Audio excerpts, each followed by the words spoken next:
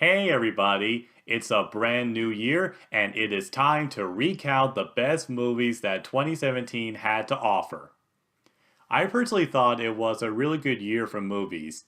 We've had captivating comic book movies, new films by favorite directors, superb sequels, fantastic female-led films, distinguished directorial debuts, and terrific threequels. Now, some movies on my list I haven't given a review, so I'll give a brief mini review to those films that were excluded from my channel. So let's not waste a second and begin the countdown.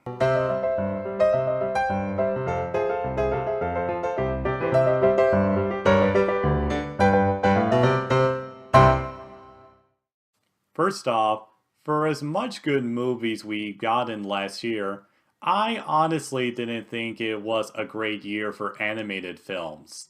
A lot of them range from decent to mediocre to downright insulting to one's intelligence.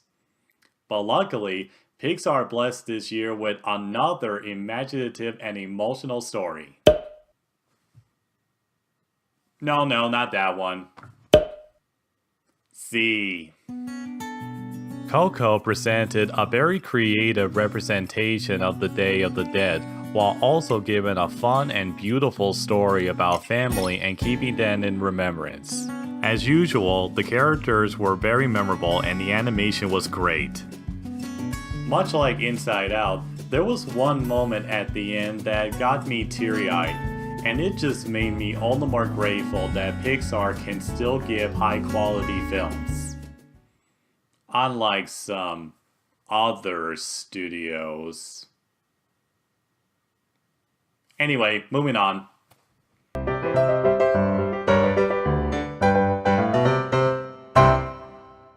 Three Billboards Outside Ebbing, Missouri.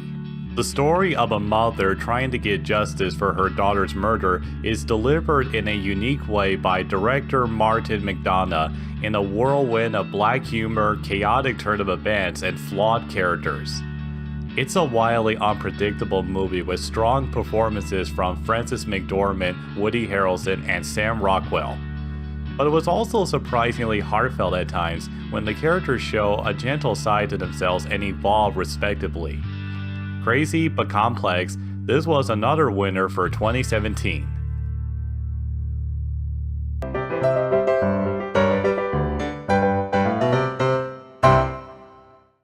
Lady Bird. Written and directed by Greta Gerwig, this was a very distinctive and well done coming-of-age story.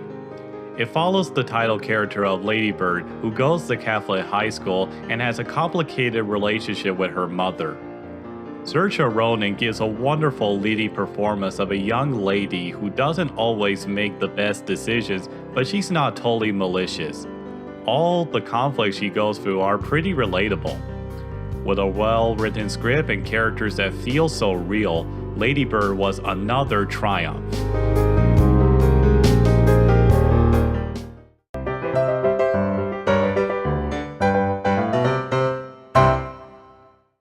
Blade Runner 2049. The original Blade Runner was unlike anything people have seen, though for me, I wasn't fully into it the first time I saw it, but rewatching it made me intrigued slowly but surely. And the idea of making a sequel to this years later can create a lot of doubt. However, what we got was a different but ultimately captivating continuation of a sci-fi classic. Denis Villeneuve was the right man to helm this movie. He recaptured the look of the original but gave his own refreshing spin to it. Ryan Gosling does really well with his character Kay and the dilemma he goes through. Harrison Ford, in my opinion, gives the best reprise of one of his most well-known characters. He shows true commitment in returning as Rick Deckard, and I love how in one scene he doesn't say a whole lot, much like in the first film. I will confess, since this was a 2-hour and 40-minute movie, I had trouble staying awake in the middle, but the last hour managed to get my attention again.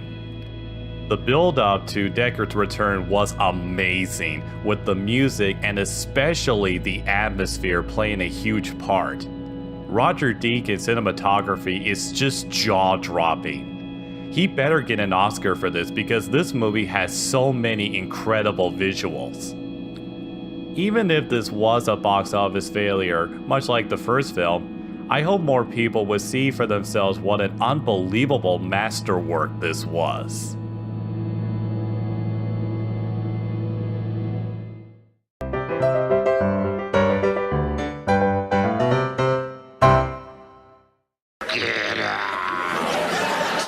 Scary, huh? Jordan Peele and his partner Keegan-Michael Key had made people laugh with their show Key and Peele.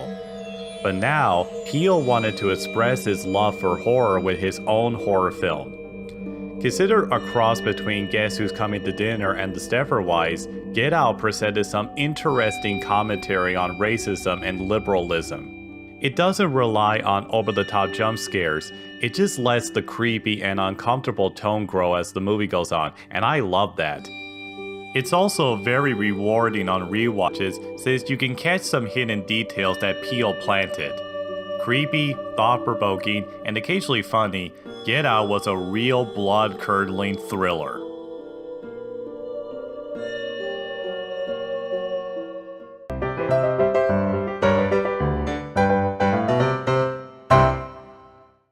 The Shape of Water.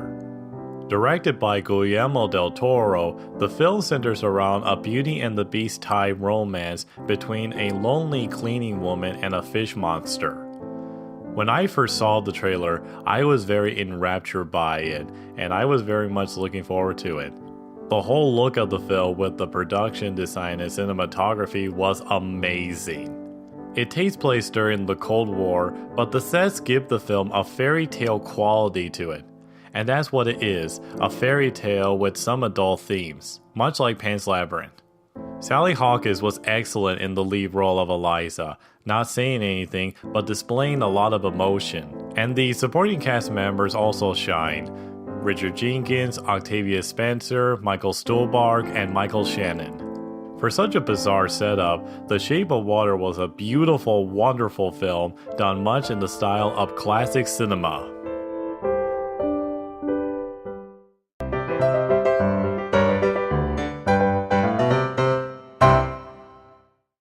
War for the Planet of the Apes.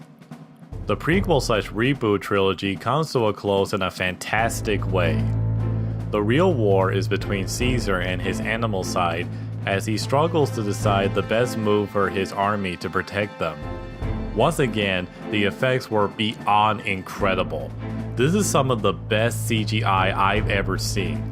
The visual effects team deserve a ton of awards for their hard work. And it is just so incredible how well this movie turned out. Not even a character like Bad Ape could taint this experience. Gripping and beautifully shot, War for the Planet of the Apes was a great conclusion to a well-made trilogy.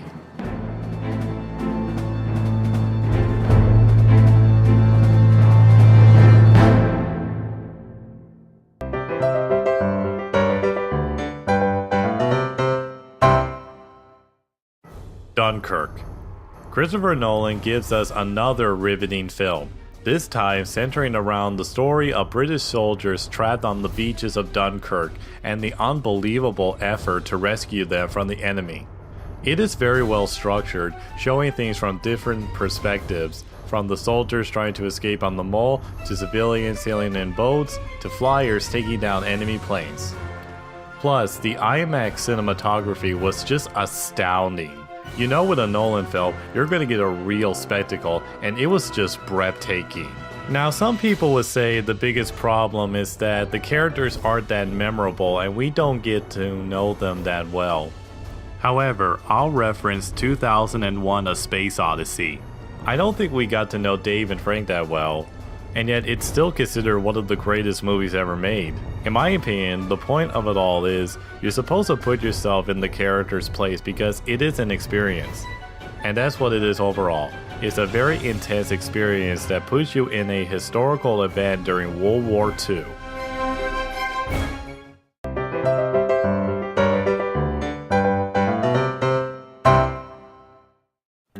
Logan. Finally, a great Wolverine movie. Hugh Jackman gives one last stellar performance as the character he was most known playing in a movie that reflects the character to a T. It had brutal violence, a lot of swearing, but also some emotion. It went beyond its comic book roots and gave us a completely smaller story compared to the other films of the MCU. Plus, it contained the most heartbreaking moment I've seen in a movie last year. A Marvel movie made me cry. How unbelievable is that? And for a while, I considered it my favorite movie of 2017. However, I became aware of how depressing it was, and I didn't want to feel any lower since these past couple of years were pretty rough for me. So for my number one pick, I chose the movie that I had the most fun last year. But first, some honorable mentions.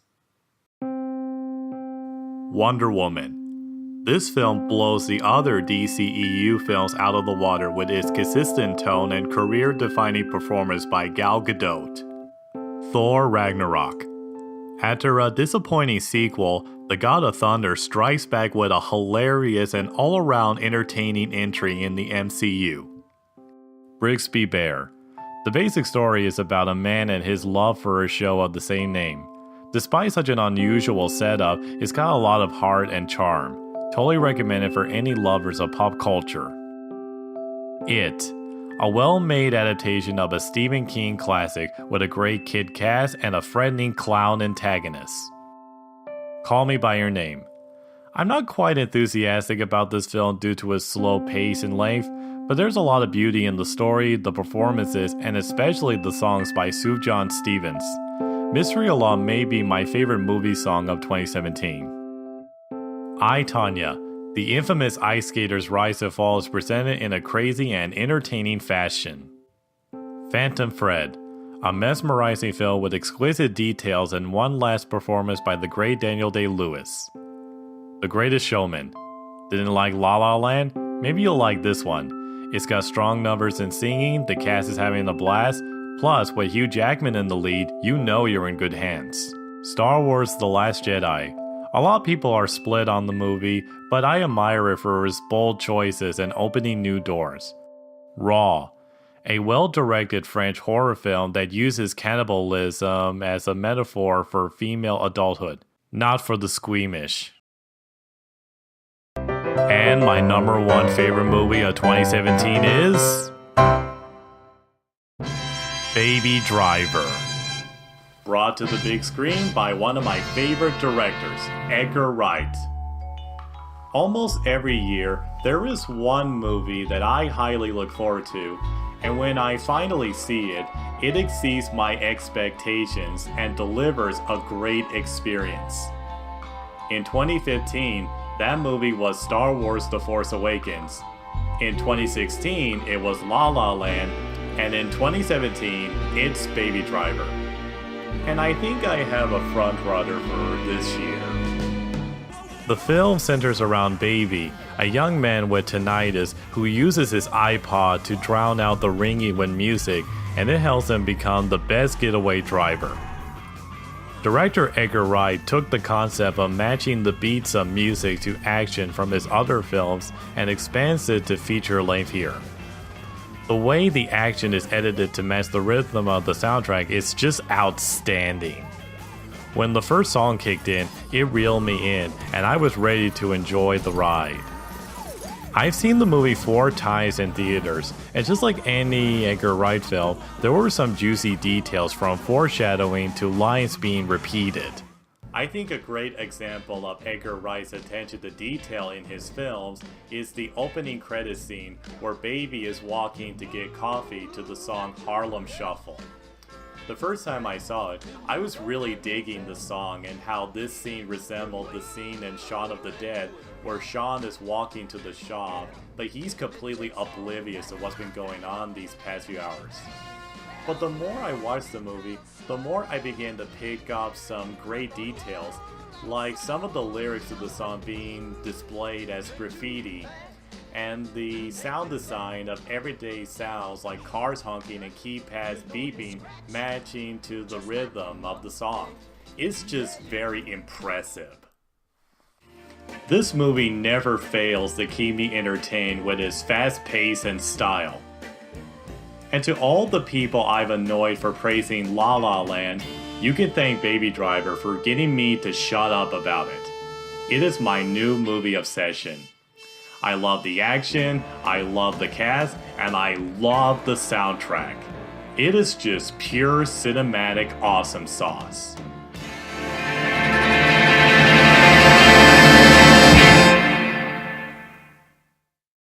And those were my favorite movies of 2017. Feel free to comment below on what your favorites were. I also like to mention that you could follow me on Stardust to hear my thoughts on more movies.